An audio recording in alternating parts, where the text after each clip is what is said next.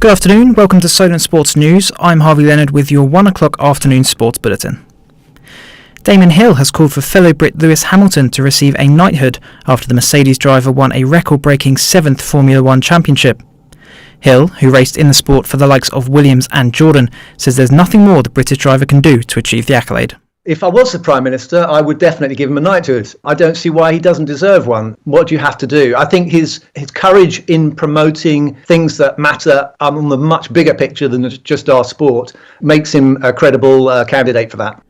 Peter Shilton has praised the late former England goalkeeper Ray Clemence after the Liverpool legend passed away on Sunday following a diagnosis of advanced prostate cancer in 2005.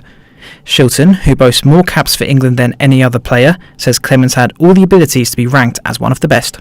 You know, he played at a very good club, a very good team in Liverpool for many years, and then went to another great club in Tottenham. But certainly, you know, I would think a lot of the Liverpool and Tottenham fans probably do think he's a great keeper and was one of the greatest ever. And I certainly think so.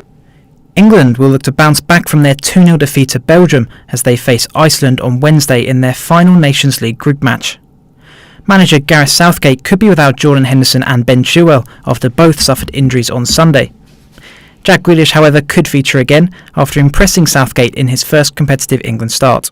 He took the ball in tight areas, his techniques were good, he took players out of the game. We knew he would buy a lot of free kicks, which of course he did. I just thought he was outstanding and he should be absolutely delighted with the way he played.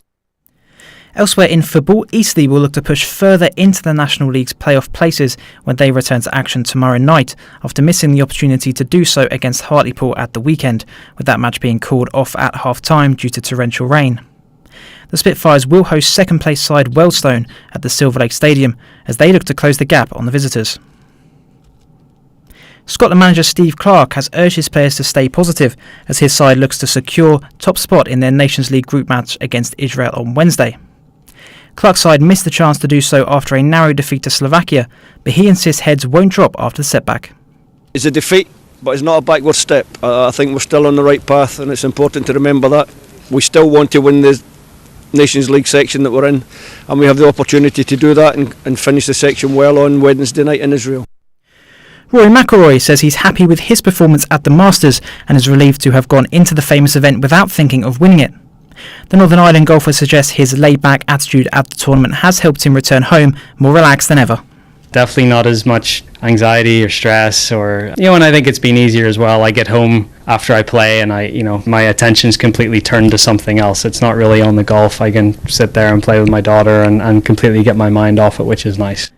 In cricket, Australia could be without a number of players for their one-day international and test series against India after an outbreak of COVID-19 in Australia. Captain Tim Payne is one of a host of cricketers self-isolating in South Australia, whilst Matthew Wade, Cameron Green and Ashton Agar are among those in other states isolating. Fans and athletes at next year's Olympic Games in Japan are likely to need a COVID-19 vaccination to be able to attend, should one be available in time. The Games, which have already been delayed by 12 months due to the pandemic, will be hosted by Japan for the second time, and the president of the International Olympic Committee, Thomas Bach, wants visitors vaccinated out of respect for the country's people. The IOC will undertake a great effort so that as many as possible of the Olympic participants and visitors will arrive here vaccinated if by then a vaccine is available. That's all from us now. We'll be back at 2 p.m. for another afternoon bulletin.